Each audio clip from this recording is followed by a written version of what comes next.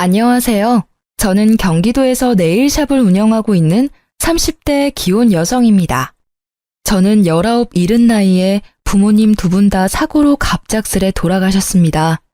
그래서 남들보다 조금 일찍부터 일을 시작했어요. 사실 부모님 살아계실 때에도 넉넉한 형편은 아니었어서 저는 고등학교 1학년 때부터 여러 아르바이트를 했었습니다. 그래서인지 대학은 처음부터 꿈도 안 꿨고 졸업 후 바로 일할 수 있는 직업을 찾았습니다. 그렇게 학생 때 미리 따놓은 네일 자격증이 있어서 저는 고등학교 졸업하자마자 곧바로 취업할 수 있었어요. 그때부터 시작한 네일을 저는 지금도 여전히 하고 있네요. 비록 아무것도 없이 시작했지만 다행히 어디 빚은 안 지고 그렇게 혼자 앞가림하면서 살았어요. 그런데 돈의 결핍보다는 부모님이 안 계시니 일이 힘들 때나 몸이 아플 때나 배로 괴롭더라고요. 비록 없이 살았어도 사랑은 많이 주신 부모님이셨거든요. 의지할 가족이 갑자기 이 세상에서 없어지니 많이 허탈했어요. 그러다 제 남편을 만나 지금은 행복한 가정 이루고 잘 살고 있습니다. 지인의 소개로 만난 남편은 제 눈에 너무 완벽한 사람이었습니다. 저는 고졸에 대학도 못 나왔지만 남편은 명문대 졸업하고 대기업을 다니고 있었으니까요. 그런데 학벌도 짧고 고아인 저보다 이상하게 남편이 더 자존감이 낮더군요. 얘기를 들어보니 남편이 그리 화목한 집안에서 자란 건 아니었어요. 어머님께서는 시부께서 돌아가시곤 장남이 잘 돼야 한다며 시숙을 많이 밀어주셨대요. 학원비와 용돈은 시숙에게만 넉넉히 지원해 주셨다 합니다. 그런 것뿐만 아니라 어린 남편이 보기엔 어머님이 자식 사랑도 첫째인 형에게 유독 더 많이 쏟으셨다 합니다. 둘째인 남편은 반에서 1등을 해도 별로 기뻐하지 않는 시모였대요. 둘째가 감히 첫째 길을 꺾는다면서요. 저는 조금 못 살긴 해도 사랑받은 기억이 남아 있었지만 남편은 그런 기억이 잘 나지 않는다 해서 얼마나 마음 아팠는지 모릅니다. 저랑 다른 결이긴 하지만 남편 역시 가족의 사랑을 그리워하는 사람이었죠. 그래서 저희는 연애를 할 때부터 자연스레 서로의 보호자가 됐습니다. 마음이 힘들 때나 몸이 아플 때 서로가 필요한 순간마다 서로의 옆에 있어 주었죠. 결혼하고도 큰 문제는 없었는데 결혼 후 잠깐 위기가 있긴 했어요. 결혼 후 어머님께서는 저를 엄청 예뻐하시는 것까진 아니었어도 따로 제 집안이나 직업에 편견은 없으신 분이었습니다. 종종 어머님께서는 장남보다 차남이 먼저 장가간 게 신경 쓰이신다며 제 주변에 괜찮은 처자 있으면 시숙 좀 소개시켜주라고 말씀하셨었어요. 그랬던 어머님이 시숙이 교사 형님과 결혼에 성공하자 제게 엄청 모질게 굴기 시작하더라고요. 시모는 평소에 치장하시는 걸 별로 좋아하시지는 않는 분이었어요. 결혼하고 초반에는 제가 어머님과 빨리 친해지고 싶어서 원래 성격보다 더 살갑게 굴었습니다. 한번 네일아트 받으시러 오시라고 해도 절대 안 오셔서 애교스럽게 제가 애원하면 시모는 마지못해 오셨어요. 저 매일 오매불망 어머님께서는 언제 제 샵에 오시나 기다리고 있어요. 한 번만 오셔서 시술 받아보세요. 요즘 어머님들이 많이 하는 고급스러운 스타일로 제가 해드릴게요. 네? 꼭 한번 해드리고 싶어서 그래요. 아유, 거주장스럽게 나이 먹어서 네일아트 그런 걸 못하러 해. 그냥 했다 쳐라. 내가 네 마음만 고맙게 받으마. 어머님 일상생활 하실 때 하나도 안 거슬리는 심플한 디자인도 많아요. 그래도 며느리가 네일샵 하는데 한번 구경도 오시고 바람도 쐴 겸 나오시면 좋잖아요. 네? 처음에는 어머님이 마지못해 오셨는데 막상 해드리니 엄청 좋아하셨습니다. 은근히 다음에 하고 싶은 디자인을 찾아 제게 사진을 보내기도 하셨어요. 에휴, 아들만 둘인 삭막했던 집안에 애교스러운 초이 네가 들어오니까 우리 집안에 활기가 넘치는 것 같아 내가 요즘 너무 행복하구나. 딸 가진 엄마들이 이런 기분이려나? 어머님, 저 감동받아서 눈물 나잖아요. 내가 무슨 복이 많아서 우리 초이를 이렇게 만났는지 몰라. 너도 날 시어머니라 어렵게 생각하지 말고 친정엄마처럼 생각해. 내가 항상 네 편인 거 알고 있지? 말씀만으로도 너무 감사해요. 어머님, 저 결혼하고부터 매일이 너무 행복해요. 에휴, 나중에 첫째 며느리도 딱 우리 초이같이 싹싹하고 야물딱진 애가 들어와야 할 텐데. 요즘 걱정이 많아. 큰 며느리가 늦게 들어와서 우리 초이랑 잘 지낼지도 걱정이고, 나랑 잘 맞을지도 걱정이고. 에이, 미래의 제 형님도 분명 좋으신 분이실 거예요. 너무 걱정 마세요, 어머님. 저는 그렇게 시모의 무료한 일상의 분위기 전환을 해드릴 겸 가끔 네일 아트를 해드렸습니다. 시술 시간 동안에는 어머님과 이런저런 수다를 많이 떨어서 더 큰 유대감을 형성했죠. 어머님께서는 가게에 놀러 오셔서 네일을 받으시곤 항상 저 고생했다며 밥을 사주시거나 도시락을 싸오셔서 같이 점심을 먹었어요. 그렇게 한동안 저는 고부 갈등이라곤 없이 어머님과 좋은 시간을 보냈습니다. 그런데 시숙이 맞선으로 결혼에 성공하고 형님이 생기자 어머님께선 묘하게 달라지셨습니다. 제 이름을 더 이상 다정히 부르지 않으셨고 둘째라고만 부르셨어요. 저는 잠깐 속으로 좀 서운했지만 너무 저랑 어머님이 사이가 좋아 보이면 그것 또한 형님께 소외감을 드릴 수 있다 생각했죠. 그렇게 생각하니 어머님께서 현명하시다 생각했습니다.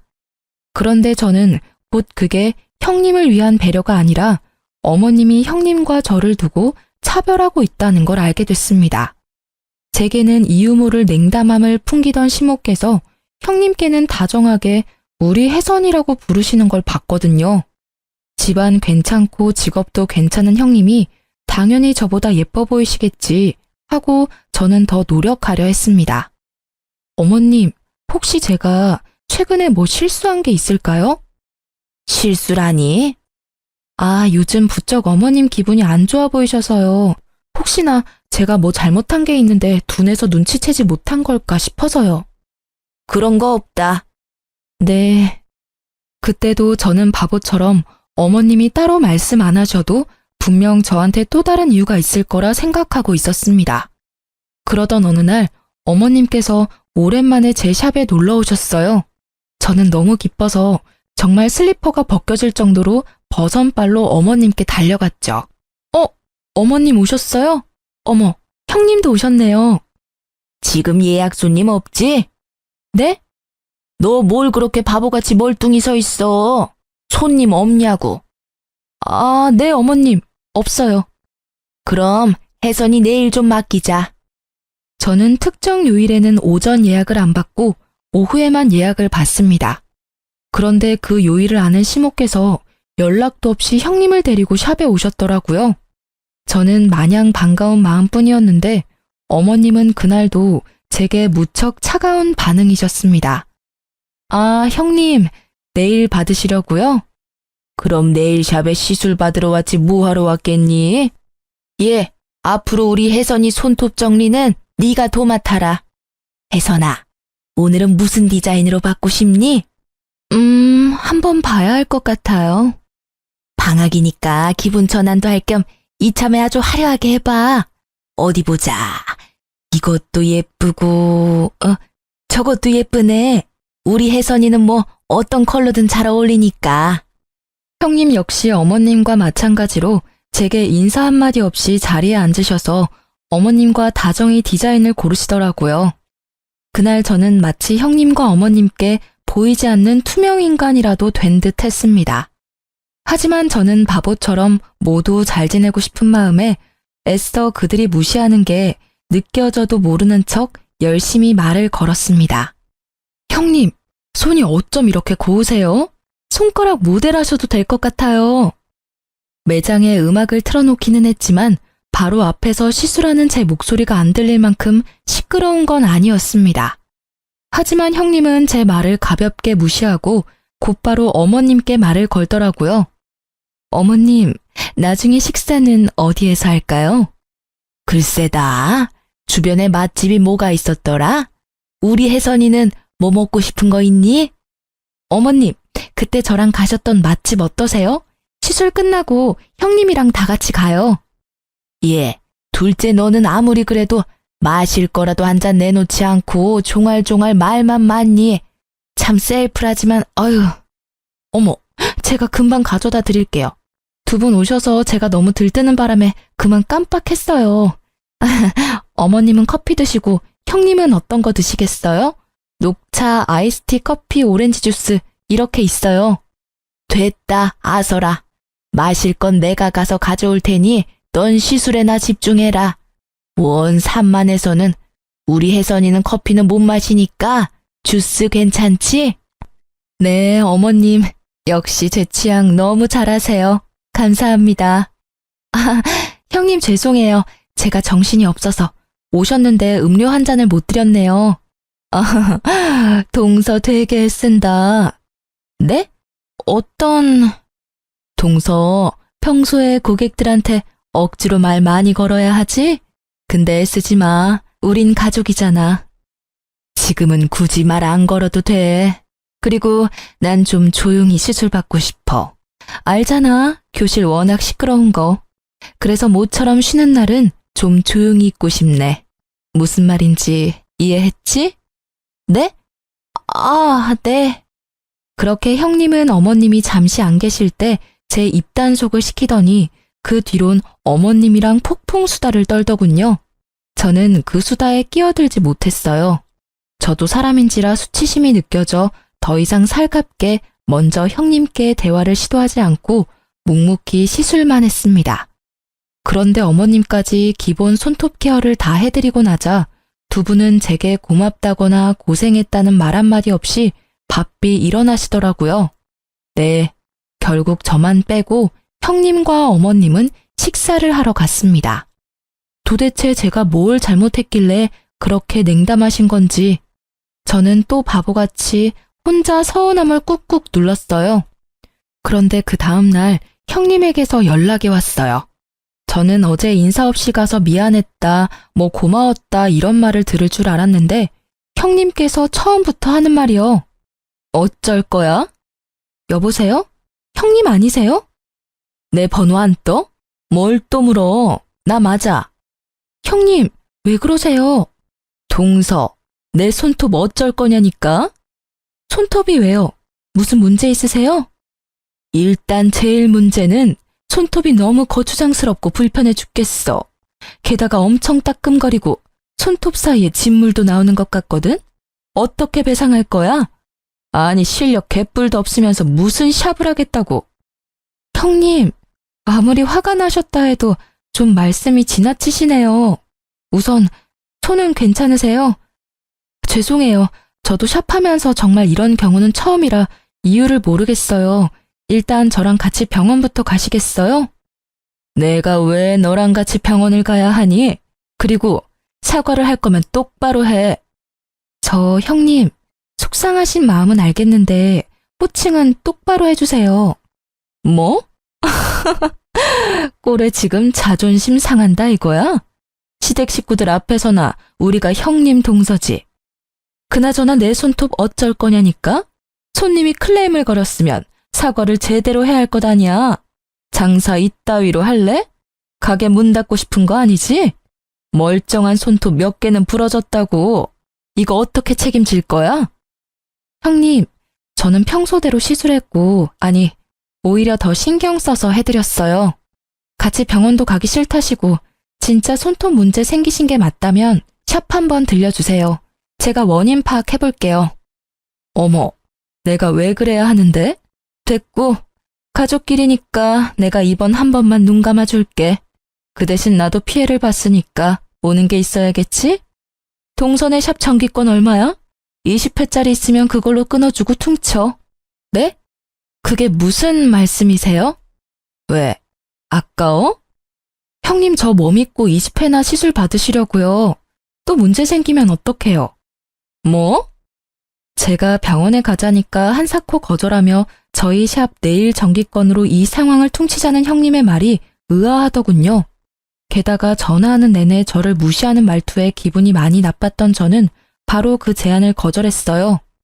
그건 안 되겠네요. 뭐? 그렇게 나온다 이거지? 형님은 그렇게 혼자 씩씩거리다 전화를 끊어버리더라고요. 제가 문자랑 전화를 남겨도 다 무시하길래 진짜 손톱에 문제가 생긴 게 맞나 의심이 들었죠. 손톱 사진이라도 보내달라고 했는데 형님은 그렇게 아무런 연락이 없었어요. 그러다 며칠 후에 시댁에서 형님을 마주할 수 있었습니다. 형님과 인사하자마자 손을 확인했는데 장갑을 끼고 계시더라고요. 식사가 전부 끝나고 난 뒤에야 저는 형님께 말을 붙일 수 있었어요. 형님, 잠깐 저랑 얘기 좀 나눠요. 잠깐만, 동서 기다려볼래? 어머님, 설거지 두세요.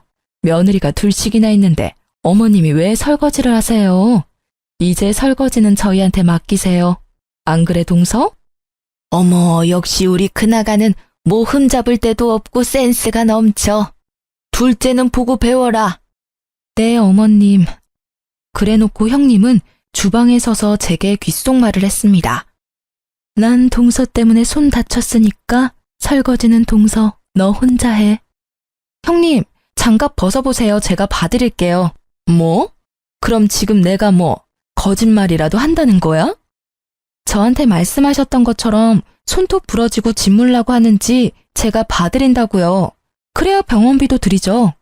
참나, 됐거든? 내가 거지야? 병원비가 없겠어? 제가 억지로 형님 장갑을 벗기려 하자 벼랑간 형님이 우는 척을 하더라고요. 아니, 동서, 내가 그렇게 싫어? 이게 무슨 일이냐? 너희 싸웠냐? 그땐 저희 남편과 시숙께서 담배 피러 마당에 나간 상태였고 놀란 시모만 무슨 일이냐고 한 걸음에 달려오셨어요. 어머님, 아무래도 동서는 제가 마음에 안 드나 봐요. 저는 정말 잘 지내고 싶었는데. 동서, 내가 미안해. 늦게 들어온 주제에 내가 눈치 없이 형님 노릇한 거지? 이게 뭔 소리냐? 둘째 네가 큰애기한테 뭐라 했냐? 아니요, 아무 말도요. 형님, 갑자기 왜 우세요? 그날 내일 받고 내가 돈 안 내고 가서 미안해. 난 어머님이 내신 줄 알았어. 어머님, 소란 일으켜 죄송해요. 동서가 내일값 달라 해서 제가 미안하다고 사과했어요. 동서, 내가 바로 입금할게. 근데 공짜 내일 했으니 시댁 일은 나 혼자 알아서 다 하라는 말은 좀 심한 것 같아. 왜 동서까지 설거지하게 만드냐고? 우린 이 집에 들어온 며느리잖아. 며느리로서 도리는 다 해야지. 오늘은 동서 말대로 나 혼자 설거지할게. 난 동서랑 사이좋게 지내고 싶어. 형님은 어머님 앞에서 명령기를 펼치셨고 고작 설거지가 하기 싫어서 형님을 울렸다는 모양새를 만들어 저를 모함했습니다. 너무 황당하고 어이가 없는데 아무것도 모르고 혼부터 내는 시모를 보고 저는 더 억울했죠. 너 그깟 네일아트 해주는 게 뭐 그리 잘나서 이 나라 이바지하는 교사 형님한테 진상짓 하고 있냐? 지금 질투하는 거야? 그런 게 아니라요, 어머님. 제 말도 좀 들어보세요. 어디 큰 소리야? 이제 시애미도 구분 못해? 어디 윗사람 공경할 줄도 모르고 어줍잖은 견제를 하고 있어. 못난 것, 으이그. 어머님, 제 말은 들어보시지도 않고 어쩜 그러세요? 지금 너 나한테 소리 질렀냐? 잔말 말고 설거지나 깔끔하게 다 해놔라. 난 그네 진정시키고 올 테니. 저 설거지 못하겠어요. 이유 없이 미움받을 바에 미움받을 짓 하고 미움받을래요. 아니, 저게 정말? 어머님, 그냥 두세요. 동서, 자격지심이 너무 심한 거 아니야? 형님이야말로 저한테 왜 이렇게까지 하시는지 모르겠어요. 저는 정말 사이좋게 지내고 싶었거든요. 이제 그럴 마음 싹 사라졌어요. 거짓말에 이간질에 도대체 형님이 얻는 게 뭔가요? 시모와 형님은 제 울음기 섞인 말에도 아랑곳하지 않고 안방으로 사이좋게 들어갔습니다.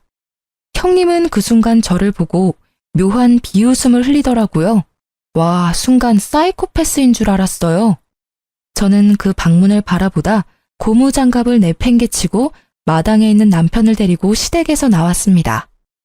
저를 일방적으로 모함하고 괴롭힌다고 해서 울면서 당하고 있기 싫었거든요. 제 손에 이끌려 집에 돌아온 남편은 혹시 무슨 일이 있었냐고 물었죠. 하지만 저는 아무 일 없다고만 말했습니다.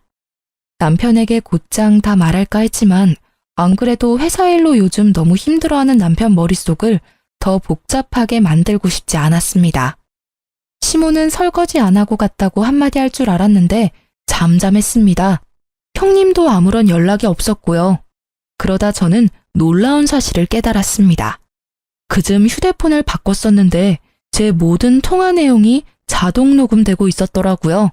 생각해보니 형님과의 통화 내용도 있겠다 싶었죠.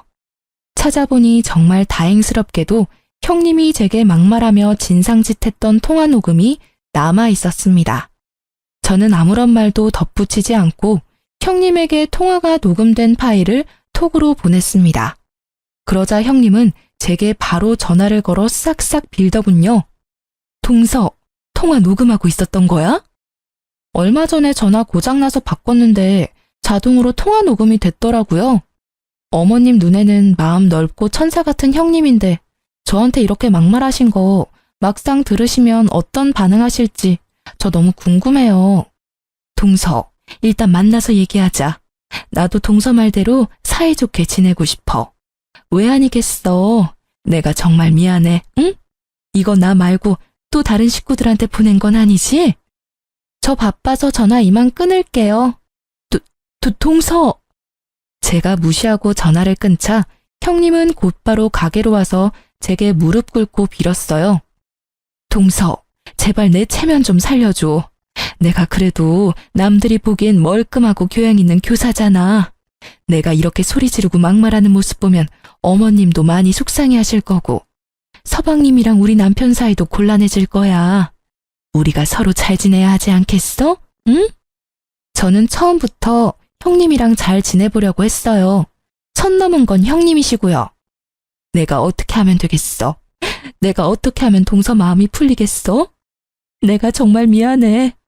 나 한 번만 봐주라. 내가 첫째 며느리인데 둘째 며느리인 동서보다 늦게 집에 들어왔다고 나 혹시라도 무시당할까봐 내가 그래서 오히려 더 기센 척 못되게 군 거야. 정말 다른 뜻은 없었어. 동서, 나 진짜 나쁜 사람 아니야. 알면 알수록 진국인 사람이라고 내가. 그럼 일단 손톱 좀 봐요, 형님. 진짜 저한테 시술받고 엉망이 됐는지 봐야겠어요. 이건 제 커리어가 걸린 문제이기도 하거든요. 다 거짓말이야. 멀쩡해. 동서, 내가 받아본 네일 아티스트 중에 제일 잘해. 내가 인정해. 그러니까 정기권 달라고 했지. 일단 결제부터 하세요. 시술 받았던 거 결제도 하시고 사과도 똑바로 하세요. 형님으로서 사과한 건 지금까지 들었으니까 됐고요.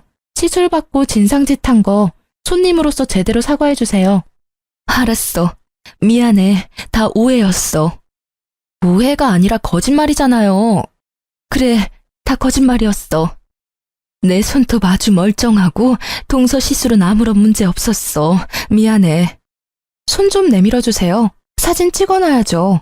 또 나중에 어떻게 말씀 바뀔지 모르니까요. 알겠어, 동서. 그럼 이제 마음 풀린 거지? 저도 사람인지라 금방 마음 풀리진 않겠네요. 그래도 앞으로 사이좋게는 못 지내더라도 우리 나쁘게 지내진 말아요. 저는 진심으로 형님 환영했고 형님이 생긴다는 것만으로도 기뻤어요. 알지. 내가 동서 마음 다 알지. 어머님께도 그때 오해 만든 거 형님이 알아서 풀어주실 거죠? 당연하지. 내가 만든 일인데 내가 풀어야지. 결국 저는 미안하다며 손이 발이 되도록 비는 형님의 사과를 받아줬어요.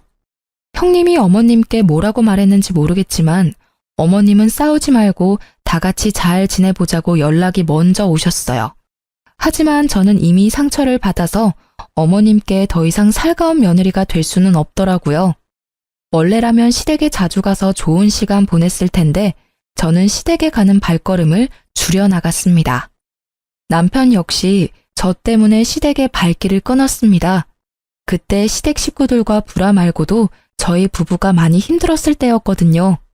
딩크족이라고 요새 아이를 안 낳는 부부들이 많아졌잖아요. 저희는 아이를 안 낳는 게 아니라 너무나 원했지만 아이 계획을 조금만 늦추기로 했습니다. 직장에서 은근히 괴롭히는 상사 때문에 남편이 힘들어했거든요.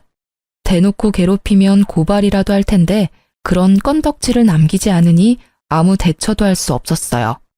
게다가 매일 야근에 시달리며 과로까지 하니 사람이 망가져 간다는 게 두 눈으로 보이더군요. 저는 남편에게 힘들면 말하라고 몇 번이나 말했지만 남편은 꿋꿋하게 참았어요. 원래대로라면 저희가 아이를 가지기로 계획한 해였어서 더 열심히 일해야 한다고요. 그러던 어느 날 남편이 흐느껴 울면서 회사를 그만두고 싶다고 고백했습니다. 저는 고민하지 않고 남편에게 1년만 쉬라고 했어요. 남편은 곧바로 이직할 회사를 알아보겠다고 했지만 저는 천천히 가자고 했어요. 남편이 살도 너무 많이 빠지고 피폐해 보였거든요.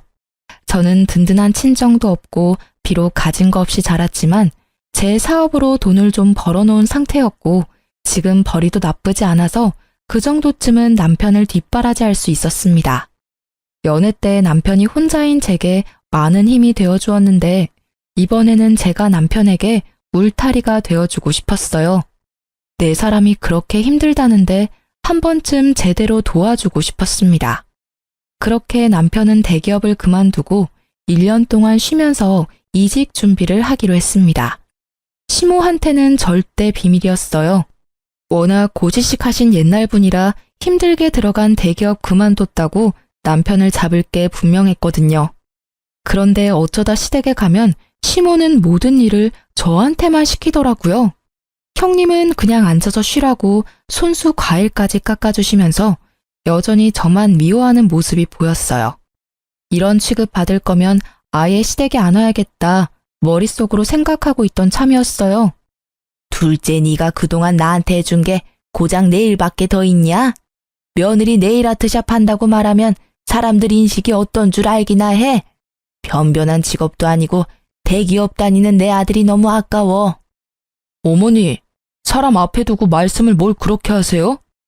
야, 어디서 어머니 앞에서 언성을 높여? 남편이 너무 화가 나서 어머님께 대들자 시숙은 또 남편을 나무랐어요. 내가 어디 틀린 말 했냐? 그리고 너희 왜 아직 애가 안 생기냐? 장남이랑 큰아가는 이제 막 결혼했지만 너네는 결혼한 지 꽤 됐잖니? 이유가 뭐냐? 둘째 너 무슨 문제 있냐? 어머님, 말씀을 왜 그렇게 밉게 하세요? 저 진짜 너무 서운해요. 요즘 저랑 남편 엄청 힘들거든요. 어머님이라도 저희 그냥 믿고 기다려주시면 안 돼요? 예뻐는 안 하시더라도 미워는 하지 말아주시면 안 돼요?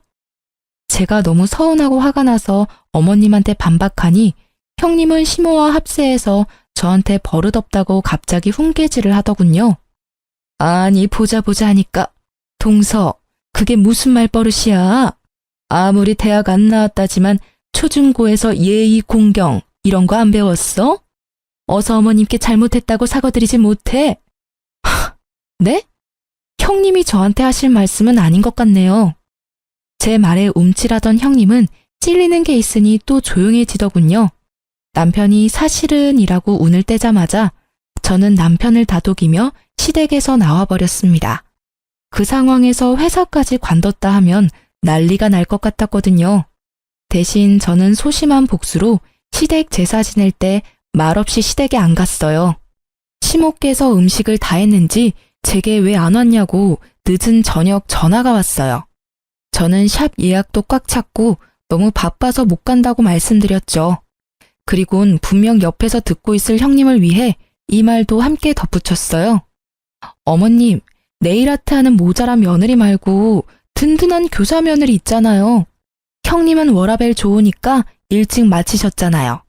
형님, 듣고 계시죠? 제 목까지 어머님 잘 도와드렸죠? 너 안 와서 큰아가 혼자 개고생했다. 시모께서 워낙 손이 크셔서 음식을 엄청 많이 하시거든요. 형님 혼자 뼈 빠지게 시모 돕느라 고생했다고 들으니 속이 그나마 풀렸습니다. 그렇게 빚고자 형님은 그게 열받았는지 또다시 이간질을 하려 들더군요. 그 다음날 네일샵에 연락도 없이 시모랑 형님이 들이닥쳤습니다. 그때 저희 남편은 샵 유리창을 닫고 있었어요. 감히 대기업 다니는 내 아들 불러서 이따위 청소를 시키고 있어? 자기 아들 유리창 좀 닦는다고 기겁하며 개거품 무는 시모였어요. 형님은 시모 옆에 착 달라붙어서 아주 얄밉게 말했습니다. 어머님, 제 말 맞죠? 지나가는데 가끔 여기 청소하고 있더라고요. 게다가 제가 그이 통화하는 거 우연히 들었는데요. 지금 백수라고. 뭐? 너 그게 사실이냐? 엄마, 그게 사정이 있어서요. 저희 부부의 자세한 사정은 모르면서 그렇게 이간질 시도하는 형님을 보고 저는 너무 화가 나더라고요. 시모는 왜 회사 멀쩡히 다니다 백수가 됐냐고 물으시다 이내 저를 며느리로 잘못 들여서 그렇다는 둥 저 때문에 아들한테 안 좋은 일만 생긴다며 억지를 부리셨어요. 엄마는 아무것도 모르시면서 왜 이 사람한테 함부로 말씀하세요? 뭐가 다 이 사람 탓이에요? 모자란 제 탓이죠. 네, 저 힘들어서 회사 그만뒀어요. 그래서 이 사람한테 생활비며 이직하는데 드는 돈들 지원받으면서 지내고 있어요. 뭐? 아이고야, 다들 힘들게 회사 다닌다. 뭐가 대단히 힘들다고 멀쩡히 잘 다니던 대기업을 그만둬. 남들은 못 가서 안달인데. 넌 안사람이 돼서는 남편 안 말리고 뭐 했냐? 남편에게 전혀 공감이나 위로는 못하고 나무라던 시모는 급기야 제 뺨을 때리려 했고 남편이 막자 이내 남편을 후드려 베기 시작했습니다. 넌 네 마누라만 중요하지? 어떻게 이렇게 엄마 뒤통수를 치냐? 내가 아들 대기업 다닌다고 동네방네 다 자랑해놨는데 이제 어쩌냐? 아이고 내 팔자야. 어머님, 제발 그만 좀 하세요. 그래도 아들이니까 괜찮냐고, 무슨 일이냐고 먼저 여쭤보실 줄 알았어요. 어머님 아들이요. 회사 상사 때문에 괴로워서 우울증 약 먹기 직전이었어요. 제가 회사 그만두라 했어요. 그렇게라도 숨통 트여놨는데 왜 다시 어머님이 숨통을 조이려고 하세요? 그리고 아무리 어머님이시라도 내 남편 몸에 손찌검하지 마세요. 이 사람 충분히 힘들다고요. 하지만 시모는 눈 하나 꿈뻑하지 않으시곤 저에게 또 막말을 시작했어요. 보다 못한 남편은 자기가 어머님께 맞는 건 몇 대라도 맞아드리겠지만 제게는 막말하지 마시라고 화를 냈어요. 그리고 이어지는 남편의 말에 옆에서 구경하던 형님도 놀라고 어머님도 조용해지시더라고요. 엄마, 그동안 살아오면서 엄마가 도와달라고 하신 일들 내가 군말 없이 도와드렸잖아요. 장남인 형은 능력 없어서 내가 다 도와드렸잖아요. 엄마 힘들 때 도와드리는 자식이 누구일 것 같아요? 바로 저예요. 그런데 이러시면 안 되죠. 저 앞으로 엄마 무슨 일 생기셔도 절대 안 도와드릴 거예요. 그래? 그래라. 난 내 장남이랑 교사인 큰며느리만 있으면 된다. 손주도 우리 장남이랑 큰아가한테서 받으면 돼. 충격받은 남편이 말을 잇지 못해서 그 다음부터는 제가 나섰습니다. 형님이 제일 잘하는 이간질을 저도 해봤어요. 어머님, 혹시 아주버님이랑 형님 딩크족인 거 모르셨어요? 뭐? 딩크? 그게 뭐냐? 어디 뭐 새로 나온 욕이냐? 결혼할 때 애 안 낳기로 서로 합의하고 결혼하는 사람들 보고 딩크족이라고 해요. 형님, 딩크족이잖아요. 시모 눈이 희번뜩해지고 형님은 당황한 눈치였어요. 시모가 형님한테 사실이냐고 캐묻자 왜 이간질하냐며 저를 밀치고 머리채를 잡으려던 형님이었습니다. 하지만 재빠른 시모가 먼저 형님 머리채를 휘어잡았죠. 말 그대로 개싸움, 난장판이 나자 저는 웃으면서 말했어요. 지금껏 형님 네가 했던 게 바로 이간질이에요. 왜? 난 하면 안 돼? 제가 반말하자 또 반말했다고 형님은 발작하더라고요. 그리고 남편에게는 가만 있으라는 신호를 보내고 저는 순순히 형님께 머리를 뜯겨줬습니다. 이제 당신 얼굴 안 보고 살 건데 왜 존댓말까지 해야 합니까? 여보, 존대 절대 하지 말아요. 저는 남편의 말에 힘입어 형님에게 마지막 엿을 날려드렸어요. 요즘 갑질에 얼마나 예민한지 모르지? 지금 내 머리채 잡으려는 것까지 싹 다 인터넷에 다 뿌릴 거야. 땡땡 학교 교사가 네일샵 직원 머리채 잡았다고 말이야. 동네 맘카페에다가 저번 통화 녹음한 것도 다 올릴 거야. 어머, 안 돼! 제 머리를 신나게 잡고 흔들던 형님은 또 안 된다며 빌빌 기더라고요. 어머님께 머리를 뜯기면서도 두 손이 발이 되도록 빌더라고요. 일 저지르고 비는 게 당신 특기야? 시모는 모든 상황 떠나서 믿었던 첫째 아들이 딩크족이라는 사실에만 충격 먹어선 멍하니 대꾸도 안 하더라고요. 그렇게 시모와 형님이 가고 남편은 제게 통화 녹음은 무슨 말이냐고 물었죠. 저번에도 이런 비슷한 일이 있었다고 남편에게 다 털어놓자 남편은 꺼이꺼이 울면서 그동안 혼자 맘고생 시켜 미안하다고 제게 사과했습니다. 앞으로는 시댁과 정말 영 끊고 살 거라고 저 이제 고생 안 시키고 싶다면서요. 시숙은 모든 상황을 듣고도 남편과 저를 시댁으로 호출해서 당장 형님과 시모께 사과하라더군요. 중간에서 이간질한 이유로요. 남편과 저는 마지막 마무리를 하러 시댁에 가줬습니다. 형, 그동안 사업한다고 나한테 빌렸던 돈 기억나지? 내가 천천히 갚으라고 해놓고 한 푼도 안 받았잖아. 내가 여태 아무 말 안 했는데 이제는 갚아야지. 나 그 말 하러 온 거야. 아니, 형제끼리 그런 게 어딨냐? 재영아, 그건 따로 나랑 얘기하자, 응? 왜? 형제끼리니까 더 정확해야지. 게다가 나 백수잖아. 형이 빌렸던 돈 당장 나한테 입금해. 그걸 당장 어떻게 입금해? 그 큰 돈을. 아유, 내가 미안하다. 좀 서운하다고 돈 얘기하는 거 나 좀 당황스럽다. 지금 그게 문제냐? 첫째 너 말해봐라. 너 진짜 딩크족인지 뭔지 하기로 한 거야? 시숙은 돈 때문에 열받았는지 시모한테 큰 소리를 치더라고요. 엄마는 좀 빠지세요. 애초에 이렇게 불화 생긴 거 다 엄마 때문이잖아요. 요즘 세상에 애 낳고 살기가 얼마나 힘든데 그깟 손주 타령하세요. 낳으면 엄마가 손주 키워줄 거예요?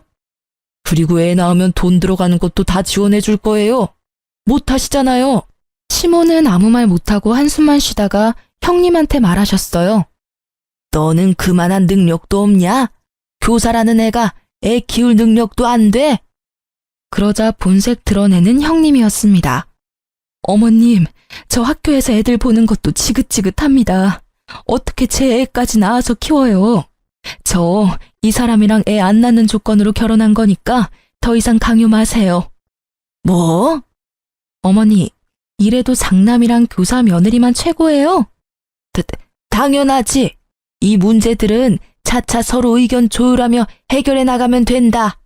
네, 그럼 엄마, 차남 이만 인사드리고 갈게요. 다시는 제 발로 여기 안 올 거예요. 참나, 누가 반긴다고? 형, 2주 줄게. 형수한테 돈을 빌리던지 알아서 돈 구해서 입금해놔. 재용아, 너 진짜 이럴래? 엄마, 어떻게 쟤 좀 잘 구슬려 보세요. 그렇게 남편과 저는 시댁과 인연을 끊고 지냈어요. 결혼 전 시숙에게 빌려줬던 돈도 남편은 악착같이 전부 받아냈습니다. 그리고 남편은 저랑 약속한 1년을 다 채우지 않고 3개월만 딱 푹 쉬고 보란 듯이 이직에 성공했어요. 지금은 더 좋은 환경에서 일하고 있어요. 연봉은 물론 예전보다 훨씬 낮았지만요.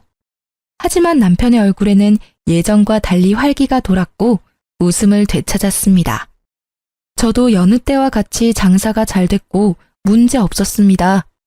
사실 형님 통화 녹음본과 CCTV 영상 인터넷에 올리려다 그러다 저희 샵까지 구설수에 오를까봐 포기하고 영상 가지고 경찰에 신고만 했습니다. 다신 저희 샵에 접근 못하게요. 오히려 신고가 들어가면 정말 교사 인생은 끝난다며 형님은 더 난리가 났었죠. 동서, 내가 달라는 대로 다 줄게. 제발 고소 취하해주라. 나 이대로라면 교사 생활 제대로 못해. 내가 너무 염치 없지만 한 번만 봐주면 안 될까? 형님, 다시는 어디 가서 사람 쉽게 무시하고 다니지 마세요. 내 눈에 눈물 나게 하면 피눈물 나게 복수하는 나 같은 사람도 있어요. 저는 합의 절대 안 해주려다 합의금 두둑히 받아서 금융치료 잘했습니다. 또 남편이 제게 고맙고 미안하다고 이직한 후에 전 직장에서 받은 퇴직금을 알아서 하라고 전부 제게 주더라고요. 저는 그 퇴직금과 합의금 그리고 제가 그동안 모은 돈 다 합쳐서 최근에 제 가게를 매매 계약했어요. 빚도 조금 냈지만 드디어 월세에서 벗어났습니다. 겹경사로 새 생명까지 제 뱃속에 찾아와 줬어요. 힘든 상황들 이겨내자 좋은 일만 가득 생기더라고요. 그런데 시모랑 우연히 딱 마주친 거 아니겠습니까? 저와 마주치자마자 시모는 속사포로 시숙 사업 좀 도와달라 하시더라고요. 잘 지냈냐는 말씀은 기대도 안 했지만 그래도 남편 안부는 물으실 줄 알았거든요. 또 샵에 갔는데 가게 사서 이사했다더라. 어딘지 알아야 내가 찾지. 이렇게라도 만나서 천만다행이다. 니들 돈이 어디서 났니? 너 내 생각보다 돈이 좀 있는 거지? 네 남편이랑 네가 좀 우리 큰아들 사업 좀 도와줘야겠다. 많이 힘들어해 우리 장남이. 어머님이 좋아하는 교사 며느리 두고 왜 저한테 돈을 달라 하세요? 그 망할 것은 말도 꺼내지 마라.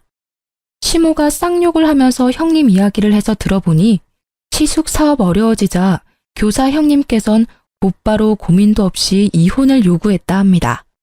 시모는 이제 와서 제 편을 들면서 형님 욕을 시작했습니다. 내가 교사라는 점 하나 믿고 너무 걔를 신뢰했어. 오죽하면 너랑 나 사이 이간질하는지도 모르고 홀라당 넘어갔잖니. 그래서 마지막엔 내가 그것 싸대기를 시원하게 날려줬다. 웃으면서 은근히 제 손을 잡으려 해서 저는 시모의 손을 거칠게 거부했어요. 그러자 시모는 머쓱한지 시숙의 근황까지 털어놓으시더라고요.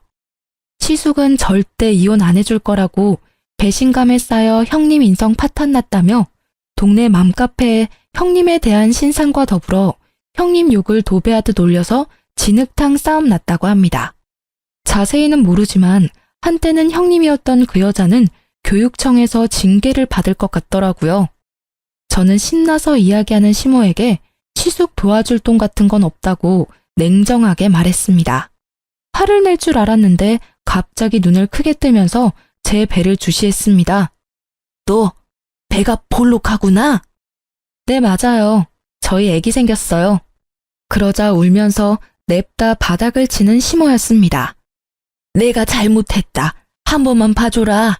우리 예전에 사이 좋았잖니. 아이고, 우리 손주가 여기 있었어. 아들이야, 딸이야? 어머, 할머니야, 우리 아가. 울면서도 기뻐하는 시모의 모습에 소름이 돋더라고요. 저는 곧바로 배를 감추며 애기 태어나도 어머님께 보여드릴 일은 없다고 매몰차게 자리를 떴습니다. 그동안 시모의 전화를 피했던 남편은 그날만큼은 어머님 전화를 받았어요. 이제야 전화를 받냐? 너 애기 생긴 걸 왜 진작 말 안 했냐? 엄마가 그럴 만한 자격 있으세요?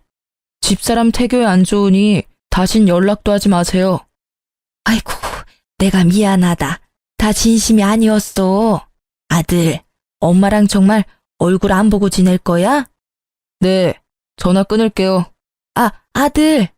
그렇게 시모는 남편에게 일방적으로 용서를 빌다가 또 태교에 안 좋으면 출산 때까진 연락을 안 하고 있겠다며 사라지셨습니다. 현재 저는 다행히 출산 잘했고 아이도 건강하게 잘 크고 있습니다. 남편에게 나중에야 들었는데 시숙은 사업 망하고 시댁 집까지 근저당이 잡혀서 빚 갚느라 공사판 전전하고 있다고 합니다. 남편이 마음이 약해서 아예 도와주지 않은 건 아니었대요. 못 받을 걸 알면서도 착한 남편은 시숙에게 조금 돈을 빌려줬다고 합니다. 남편을 믿으니까 그 액수가 얼마인지는 굳이 묻지 않았어요. 시모는 식당 알바를 하신대요. 그 뒤로 남편도 저도 뵌 적은 없는데 가끔 남편에게 돈을 입금하십니다. 애기용품 사라고 보내시는 것 같아요. 남편은 본인이 받은 상처와 제가 받은 상처가 있으니 꿈쩍도 안 하고 돈을 그대로 다시 시모께 보내고 있습니다. 그리고 애기 얼굴 좀 제발 보여달라고 애원하는 시모한테 얼굴은 직접 보여줄 수 없다고 딱 잘라 거절했습니다. 아이 사진만이라도 한 장만 보내달라고 너무 애원하셔서 사진만 보내드렸어요. 장난만 있으면 된다고 연끈차던 표독스러운 시모의 얼굴이 잊히지 않아서 직접 뵐 일은 아무래도 평생 없을 것 같습니다. 친정이 없던 저는 시댁 식구들이랑 정말 잘 지내고 싶었어요. 욕심이라면 욕심이었죠. 가족의 따뜻함을 시댁에서 찾으려고 했다니. 여러분, 가족이라고 무조건적으로 참아주고 살 수는 없다고 생각해요. 남편도 지금껏 살아오며 시모와 시숙을 여러 번 용서하고 인내했기에 더 큰 감정이 터진 것 같습니다. 아무리 가족이라 해도 서로 말 한마디 함부로 하면 안 된다는 걸 너무나 잘 아는 저희 부부예요.